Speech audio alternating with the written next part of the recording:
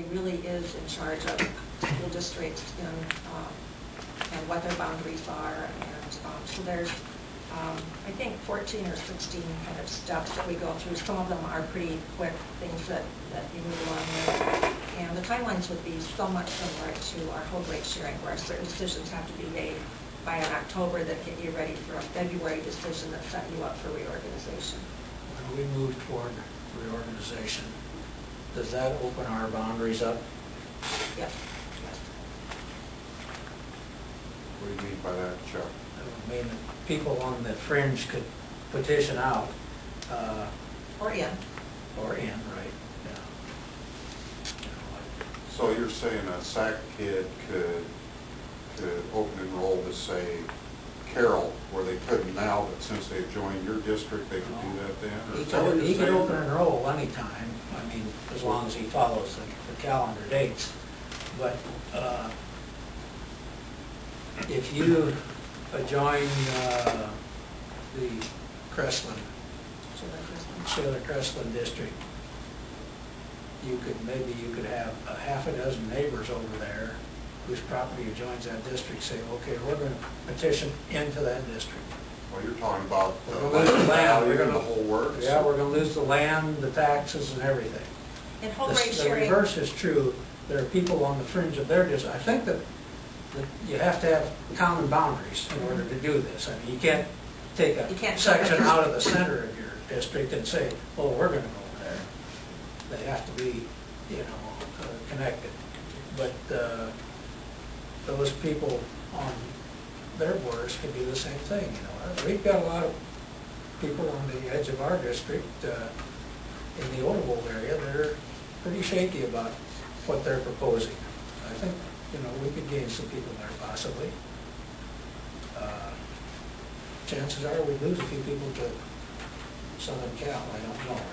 We get some people there that open enroll there basically because of where their parents are working. But anyway, that's what it does. It opens your boundaries up.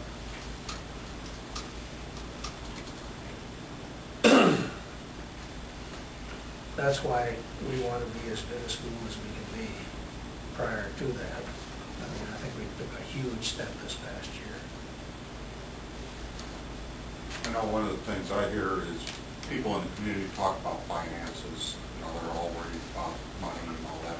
What happens in a reorganization where, say, one district may have a lot of money and another district has very little money, or, does it just all become one at that point? Yes. If we're thinking about this, should we think about trying to get to some kind of common balances? I don't know, maybe we are right now, I don't know. We're I don't think amazingly, we're too far off. we're amazingly close in Yeah. cash balances. So, Okay. yeah, for just talking about it tonight, we're pretty close. Probably really close considering the 45-55 split. I think it's very close. Our correct tax rates are those. There's a lot of things about the finance, and Frank jump in if you just, I don't think there's lots and lots of difference.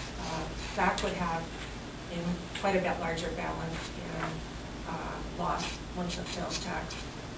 What the plan is, we've accumulated some money because we've got a roofing project that we know has been on the docket. At Walleye View Auburn, we've used the money for a variety of projects. Built the Ag Science building without borrowing. Neither school has any debt. Walleye View Auburn has an instructional support levy that SAC does not have. SAC has a $1 additional PEPAL that Walleye View Auburn does not have. Walleye View Auburn has allowable growth for at-risk, but we talked last year that will be something we'll consider for board approval this year to pay for at-risk services and counselors. And so that would be one, and that'd be a small difference. But those two levies, instructional support and PEPAL, would be a little bit different. Do those go away then and the people have to re-vote in the new district? No, I don't believe so. I think that that's part of what the schools have make some agreement about doing. And there's procedures based on what levies you have and how the boards approach it. So there's some there's really, I'd say of the 78 pages, probably half or more of it has to do with finance. Finance would be one area. Boards, the new school board, is it a 5-member board, a 7-member board? Is it voter districts? You know, if it was a 5-member board, would there always be 2 from SAC, always 2 from Wall Lake Auburn, and 1 at large? Or is it a 7-member board? So the board and how you reorganize the board would be something that's usually a pretty, not lengthy, but it's a pretty big issue to deal with, to make sure that the districts feel like they have a way to represent themselves. Fortunately, at this point, both districts are pretty sound financially. And, even with all of the things that we've done this past year and a half, you know, to bring programs into existence and make things work. But I think we should feel good about that. We're not one of those schools who got named in the register a couple weeks Got ago. a letter in the mail saying, hey, did you look at your finances? No, that's a big deal, really. You know. Last year, our enrollment at SAC was up 1 student and down 7.8, I think, at Wall Lake Auburn. I think we'll be down in both districts this year. We talked at both boards, and actually one of the priorities for the board in evaluation of me was that constant look at how do we tighten things. So, you know, we've reduced some associates, we've combined a few more positions this year, we've absorbed a little bit. We're going to have to get a little bit more serious, especially in our elementaries as our classes are shrinking, you know, and what we'll do there. But we look at every opportunity. We really, even in our elementaries, do not look a lot at, if an elementary teacher is on a SAC contract and always worked at SAC, but that vocal music teacher, for instance, can really serve the other building, then we'll split the cost on it if we can be more efficient by doing it that way. So you've kind of given that message to us as administrators, and we tried hard to do that. We met this afternoon, a couple of principals, myself, and you know, we were talking about maybe we need to rehire an associate or 2, and I said, you know, we're not. Let's look at where are we with everything. Do we have any pieces where we've got some space that a licensed teacher can help out to do some things? So, but I think that message has been clear from you all, and that's never to hurt the programs, but tighten it up as we go along. We talked about transportation costs and some things we'll be doing in the district at each of the July board meetings. And you know what, there were questions, but you also knew those were things that were going to happen both places. So. At one time, you gave us a sheet with projected enrollments out into the future. Can we get that again? Yep, you sure can.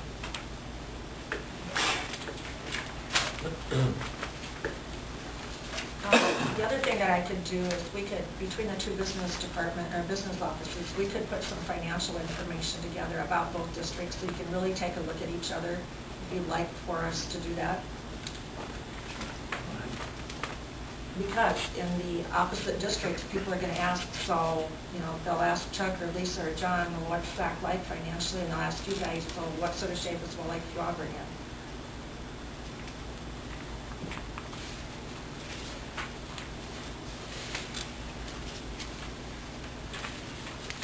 Could you include levy rates and also the total valuations of each district? Yep, sure can.